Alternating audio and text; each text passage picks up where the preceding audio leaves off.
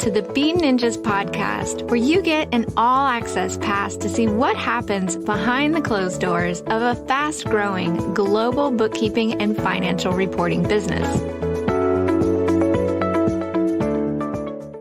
Hey everyone, and welcome back to another episode of the Bean Ninjas podcast. And today we're joined by Brynne Tillman to talk all things social selling. Welcome, Brynne. Thanks for having me today. I'm really excited. Let's start with what is social selling and how did you get into this? Well, social selling really, it's very different than social media marketing. We look at social selling as the process of leveraging online platforms and tools to attract, teach, and engage targeted buyers with the goal of starting more sales conversations. And so often that's very different than social media and social media marketing. And so I think, social selling stands out as more of a sales activity versus marketing activity, although there is quite a bit of overlap. So, that's how we see social selling. And I got started, I was a sales trainer and I was a producer for years. And I started teaching LinkedIn and really fell in love with it and decided really I wanted to niche in it about 10 years ago, and then launched my own company about 5.5 years ago. Right. And so is most of the social selling that you do or that you train others to do on the LinkedIn platform? It sounds like that's your niche. Our niche absolutely is leveraging LinkedIn. We certainly use a lot of other tools, but LinkedIn is the hub of what we teach. There are lots of other tools, and you can use Facebook and Instagram and YouTube. All of them can be used for social selling, but the way that we teach it is really about leveraging more market to identify who knows your targeted buyer and helping and leveraging those relationships to get warm introductions. And so LinkedIn really is the only platform that allows you to do that. So if you were working with a business owner and they were just getting started with social selling, what guidance would you give to them? How do you get started with something like this? That's a great question. And the initial reaction most people have is they get on LinkedIn, they set up a profile, they start to connect with people, and then they end up in what we call random acts of social. They get on occasionally, maybe a few times a week, they're accepting connection requests. Maybe they go to a networking meeting and come back with a bunch of business cards and reach out to connect with people, but then they don't do anything with it. And so we've actually developed the 8 stages for really rolling out a social selling program so that whether it's an individual who's leveraging LinkedIn for social selling or a sales team, they're really prepared and they're purposeful in using the tool. So the first stage is establishing their goals and ultimately their KPIs or key performance indicators. Just like any sales activity, if you don't identify your goals and what you want to get out of it, you're setting yourself up for failure, right? So it's really important. What do I want to get out of this? I want to look at my long-term goals and my short-term goals. And then there's also activity goals and results goals. So my result goal for LinkedIn, maybe I want to be on 5 prospecting calls or sales conversations a week. That's a results goal. The activity goals are what do I need to do to get that result goal? And so you need to really establish both. The next one is buyer mapping. It's literally going through your favorite clients, the ones that you want to duplicate, that you want more of, looking at all of the stakeholders inside that organization and mapping them out to LinkedIn filters so that we are able to find more people like the clients that we want more of. Once we do that, we select the tool stack. So you mentioned, is LinkedIn my primary tool? And it certainly is my primary platform. But we highly encourage many other tools, including calendar or scheduling apps. We use calendly.com. There's a ton of them out there. We recommend everybody have Grammarly. That's a freemium product. For curating content, we recommend Feedly and some kind of scheduler like Hootsuite or Buffer. eClincher is another one. There's a whole bunch out there. And then they go up into really great employee advocacy tools everything from Gagalamp and Everyone's Social, and LinkedIn has their own called Elevate. So you pick your tools. What are the right ones for you specifically or your team? And you want to develop a content strategy. That's curation and origination. What are we going to do? Are we going to do video? Are we going to do blog posts? What does that look like? I won't go into that deeply, but it's really important that you nurture your connections, and content is the way that you do that. Then we build out a playbook. So what am I going to do? What's my daily cadence? What's my messaging strategy? All that fun stuff. We create a value-centric profile so that when your buyer gets to your profile, you're a resource for them. Instead of them getting there and reading your resume, you provide insights and value right away. I'll ask a few more questions about that. So I think I've seen some other people's profiles who I think are doing that value-centric. And I'd say my profile probably isn't doing that. And I'd say most people's profiles I read, it's more like a resume. So maybe if we use me as an example, an accountant running a bookkeeping business, if you were coaching me, how would you help me to turn what really was basically a resume into something that's value-centric? That's a great question. So the first question we start with, it's a three-parter. Who do you help? How do you help them? And why would they care? Right? So who do you help? So you will play the game. Who do you help? We help online businesses with their bookkeeping and financial reporting. So that's fine. Who you help? Is it small businesses? Online businesses turning over between $100,000 and $2 million. Okay. So it's sort of that small mid company, right? So helping companies, and you can say the dollar amount if you want, helping companies up to $2 million with their bookkeeping and payroll or whatever that might look like. So what? So why do they care? So helping them with their bookkeeping so that they maximize their tax deductions. And tell me, what is the so what? Yeah, so there's two reasons. And the first one is tax deduction, minimizing tax and being tax compliant.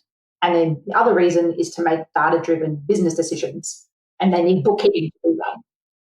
So that's phenomenal, right? So that's the so that, right? So helping small businesses, play with this, helping small online businesses with their bookkeeping so that they maximize or minimize tax or maximize tax deductions and leverage their data to make better decisions or better business decisions.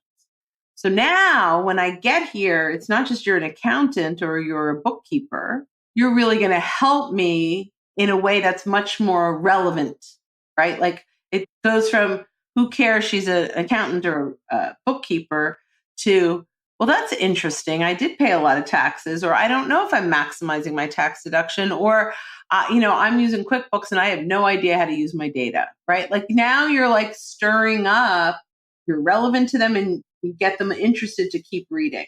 If they're not interested, you've qualified them out and that's okay too. Now, when we go into summary, which is next, the biggest mistake I see, so summary is amazing real estate on LinkedIn, but most people start with my mission, my passion, my years in business. And you haven't earned the right for anyone to care about that yet. It's really important. That's great. I love the way you put that. You haven't earned the right. Yeah, I've not heard anyone put it that way, but I love that. So let's earn the right. Let's provide some great insights that can really help them move closer to your solution. But be careful that you're not leading with your solution, because when you're leading with your solution, it's a pitch. When you lead to your solution, you're providing value and insights that get them really interested in having a conversation with you, because you're presenting yourself with credibility as a thought leader, not as a salesperson. So what do those insights, or what can those insights look like? For you, I would actually start with the challenge. Most small businesses that are either doing their own books or they're outsourcing a typical bookkeeper will find that often they're not getting the expense deductions that they could be. They're not necessarily compliant with tax laws, and they're not getting usable data that helps them make better decisions, right? So now we want the buyers that we're interested in are going to say, yeah, that's true. I mean, they're just literally entering things into QuickBooks and then sending it to my CPA. So if that's the case, then they go, okay, that's true. Here are some insights that can help you determine whether or not you are compliant. And I don't know what they are, and we're working together, we'd go down, but you give them, so you're giving them insights. You're not saying work with me so I can get you compliant. You're giving them some insights on what to look for to recognize, are they at risk for not being compliant? Are they paying too much and donating too much money in taxes? Yes. So when we start adding that, now they're going, oh my God, this might really be affecting me. And even if they've got a great bookkeeper, we've at least stirred up some thoughts in their head that they could be at risk for some of that stuff. But we also are providing insights. Then just a little paragraph, like 2 lines about how you help and a call to action. So if you're concerned that you're overpaying in taxes, that you're out of compliance and you're at risk for fines, or you're not pulling insights from your data that help you to scale your business or grow your business or use that data effectively, I invite you to have a conversation. Whether or not we decide to work together, I'll provide some insights that can help you at least understand where you're at risk or give you peace of mind that everything is set up fine. And now you are really a resource instead of this being your resume. Now, when we get into experience on your profile, now we get into your 30-second commercial. They have to know what you do, right? So, but it all belongs in your experience. The summary does not have to mimic your experience. Right. That's a really good example. That's a great explanation. And I've got some work to do on my profile. Thank you. Oh, good. Hopefully that's helpful. Oh, it is very helpful. All right. So or whoever you're working with, we've nailed the profile. What next? Well, so at that point, we train on LinkedIn and social selling. That's step 7. And 8 is measure and coach. So I said we train. Training, whether you buy online training or you have a one-on-one training set, whatever that looks like. There's a ton of different choices out there. Training could be watching just a webinar series, but whatever that is, it's learning the platform and how to leverage it, but it's also the strategies behind it. Make sure that, and we can talk about some of the strategies, but social selling is not only posting content and liking and commenting, although that will nurture a lot of your connections. That's a long game. Prospecting, we want to schedule more sales conversations quickly. And so there's some really great strategies on how to leverage our warm network in order to schedule more of those targeted conversations. I'd like to explore that a little more. Again, if we use my own profile as an example, I do a lot of content and liking and commenting and engaging, but I don't really take anything to the next step in terms of scheduling calls. Mm-hmm. So I think the content and engagement is working well, but then the next piece is not actually a social selling tool for me at the moment. It's more building of a network. Yeah. And you are definitely building a reputation. And the nice thing is if you can nurture those connections over time, when your solution becomes a priority in their business, you will get the call. But it is a long game. So prospecting is generally thought of as a short game, and prospecting can be anything from cold calling to knocking on doors. I mean, all those traditional prospecting. And although we truly believe, because our mission is to help people start more conversations by leveraging the power of LinkedIn. That's who we are as a company. It is not just about social. It is about phone calls.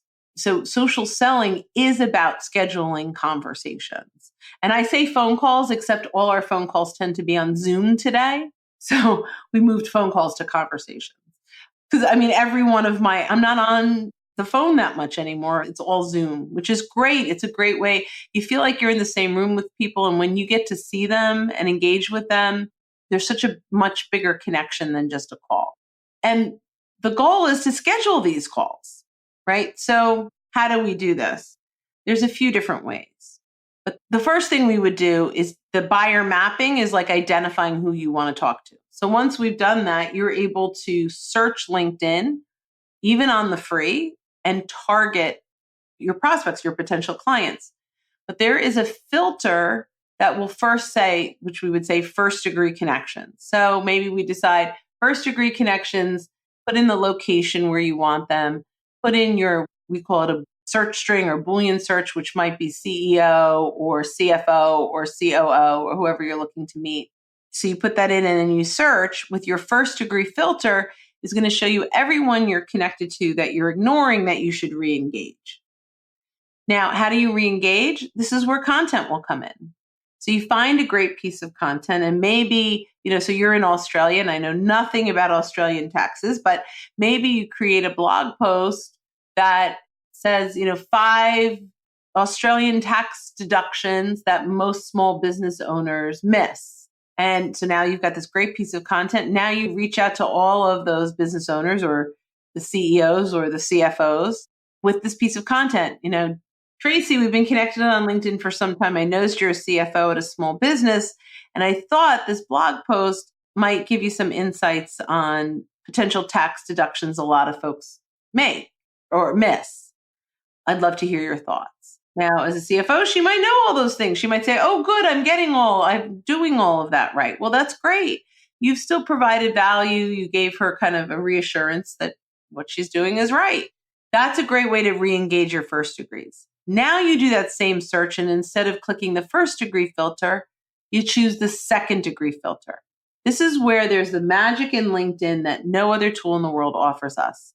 It allows us to search our connections and find out who do we already know that's connected to our targeted buyer. Once we see that, we're able to leverage those relationships by asking for introductions.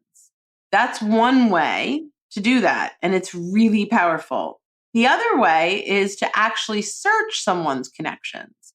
So if I have a client that loves me or you have a client that loves you and like, man, you saved us so much money this year and we're using all these data insights to help us better manage our inventory or whatever that looked like for them. And, you say, I thank you so much. I love working with you. I'm so glad I was able to make an impact. I hope you don't mind, but I noticed you're connected to 18 people on LinkedIn I'm trying to get in front of. Can I run these names by you? And you have a conversation with your client about these 18 people. And after that, it turns to 4 or 5 that you can either ask them to make an introduction or permission to drop their name. And if they give you permission to drop their name, now we reach out and say, David, I was just talking to Meryl the other day and your name came up and she thought it made sense for me to reach out and introduce myself. I'd love to hop on a call and loop you in on what we chatted about. And that's with permission, right? Those are the ways, I know I kind of went on, but those are the ways to truly prospect on LinkedIn in a very productive manner. And there are lots of people that just go out and do some cold calling on LinkedIn. And although, it's a numbers game and just like cold calling on the phone, people have some success. I tend to stick to the warm market. Yeah. And do you have any tips from going from the stage of providing value with, say, a piece of content to then getting on a call? Yes. I know I probably had some barriers around that. As an accountant, we don't do a lot of active selling. It's more that people come in and that's where the conversation starts. So I know we've got quite a lot of accountants in our audience who might have these same roadblocks around prospecting or what to do to actually set up that call. Yeah. So, if you're getting introduced to someone, it's really easy. Once that introduction happens, somebody in our network told us we should talk to you. So I'm expecting that you'll take that call, right? So David, Meryl thought I should reach out and introduce myself, would love to connect and hop on a call and I can loop you in on the conversation. Now we connect. David, thanks so much for connecting. Meryl had such great things to say about you. I'm looking forward to chatting. This is where the tool for the Calendly.com comes in to make scheduling easier. Here's a link to my calendar. Please pick a time that works best for you. I'm really looking forward to our conversation. And you'll get like 1/3 to 50% of those because it came in through a warm market. So it's really powerful. The other side of this. So if you're reaching out to, you're re-engaging those first degrees that you've ignored, here's a piece of content. I thought of you. If you're concerned that you're not getting the most out of your data insights or whatever, I don't know your business as well as I should, or you're concerned that you might be overpaying in taxes, I'm always happy to jump on a call. Some people will go as far as saying, I've noticed the last few clients I've brought on over the last few years, if this is accurate, of course, but the last few years, they had been overpaying in taxes. And I just feel like it's my responsibility to reach out to my network, share some insights, and make sure it's not happening to them as well. Once you read through this article, if anything is jumping out at you, I'd love to jump on a call. If you're interested, here's a link to my calendar. I'm always happy to chat. They're not going to be a 50%. Like they'll be a 5 to 10%. Or, it just depends on your network. And a lot of times it's timing. But when you're nurturing them with content, and you're not pressuring them to have a call, it's like, hey, if you're open, you can even make it a PS so it feels a little less threat. But what happens is you send this and they ask their bookkeeper about something they read and the bookkeeper doesn't know anything about it. And so now when they go to file their taxes, they're a little bit concerned and now they might reach out to you. So it's about having, that 3 to 5 to 7, sometimes 12 touches over time.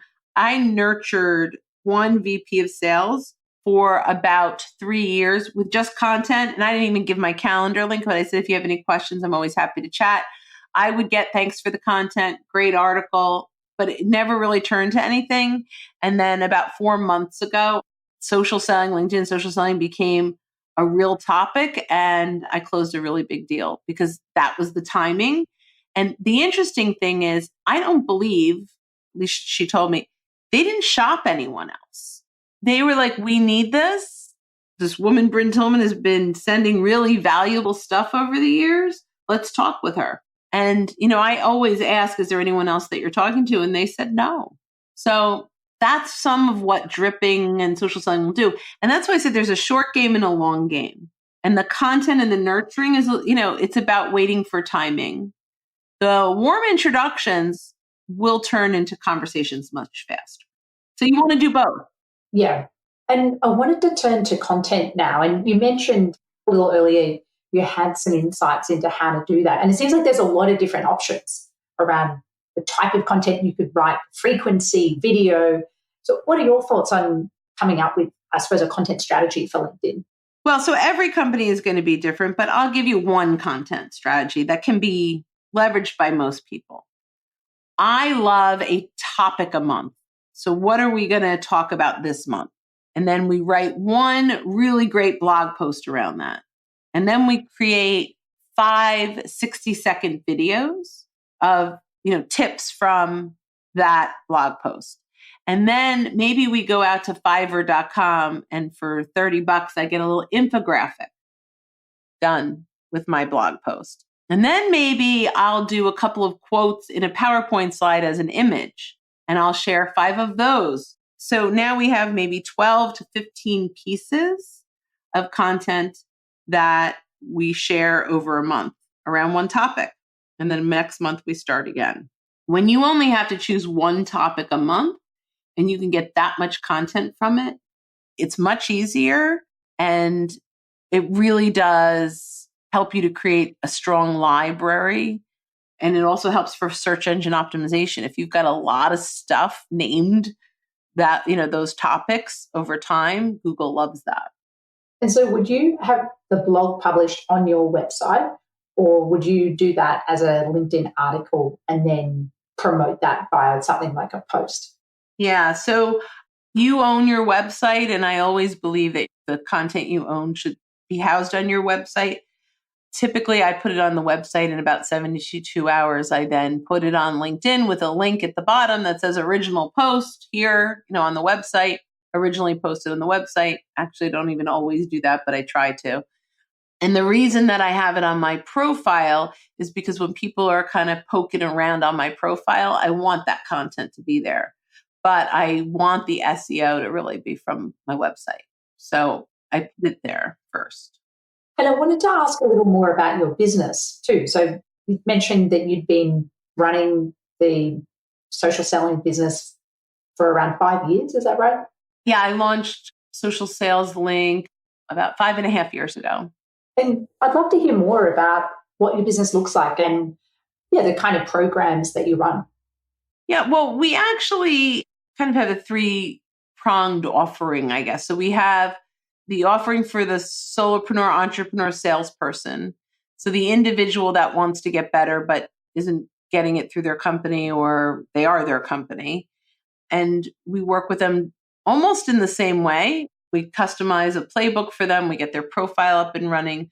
We put a content strategy together, and we train them really on their daily cadence and what they should be doing. There's also a coaching element if they should choose, where we would meet 30 minutes a week. I have coaches that are great at this and guide them. So they'll say, okay, what client are you meeting with this week? Let's look up their connections. What are we going to say? How are we going to position this, right? And what networking partner are you going to coffee with? Have you mined their connections? What are you going to say? How are you going to, right? So that's ongoing coaching for those entrepreneurs or individual salespeople. Then we have the content development piece. And this is for companies or individuals that don't have a marketing department. If they do have a marketing department, that fits into the next bill. But if they don't, we will do that monthly 1 blog post, break it up into pieces, record video with them, and provide them with that content to leverage on LinkedIn on a monthly basis. And then the third piece is corporate training. So that's where we go in and we really dive down into those 8 steps, and we train the sales teams really how to leverage LinkedIn, really master LinkedIn for social selling. And that's where, we pull into those 8 steps. And then we either have group coaching for them, or we train the trainers to keep them accountable. It sounds like you cover quite a broad range of they're going from the individual to the corporate side of things as well. And what's next for you in your business? That's a great question. So what's next? We're growing. We just, in the last few months, brought on 2 new people. So I was really a solopreneur, entrepreneur, but now we're really scaling up. We've got some coaches that are really providing value. So I think that's kind of the next thing. I'm also working on my next book. I have a book on LinkedIn and social selling on Amazon right now, and I'm working on my next book. So that's kind of fun. And that'll probably come out close to the end of the year. And working on just a lot of client work that we love. Well, Brynne, thank you so much for coming on the podcast. It's been amazing that you've shared some wonderful insights around social selling and specifically LinkedIn. And I know I've learned a ton listening to you, and I think our audience would as well. Was there anything else that you wanted to add related to how others could implement social selling? And then also, what is the best way for anyone to get in contact with you if they were interested in working with you? Well, even if they're interested in just connecting with me. So that's actually an interesting 2-part question. And I'm going to answer the second part first, which is I'm the only Brynne Tillman on LinkedIn to date. So if you find me and connect with me and let me know that you heard this podcast, I'll send you some additional resources, some templates, and some other kind of hacks and shortcuts and kind of fun things. I have a resource page that I'll send you with lots of great stuff that can help you move toward mastering LinkedIn for social selling. Wonderful. Well, thanks again for coming on. Oh my gosh, this was so much fun. Thanks for having me. By the way, if you're a coach or consultant, we've published an in-depth guide to help you improve your financial health and cash flow this year. Check it out for free at beanninjas.com/coaches. That's BEANNINJAS.com/coaches.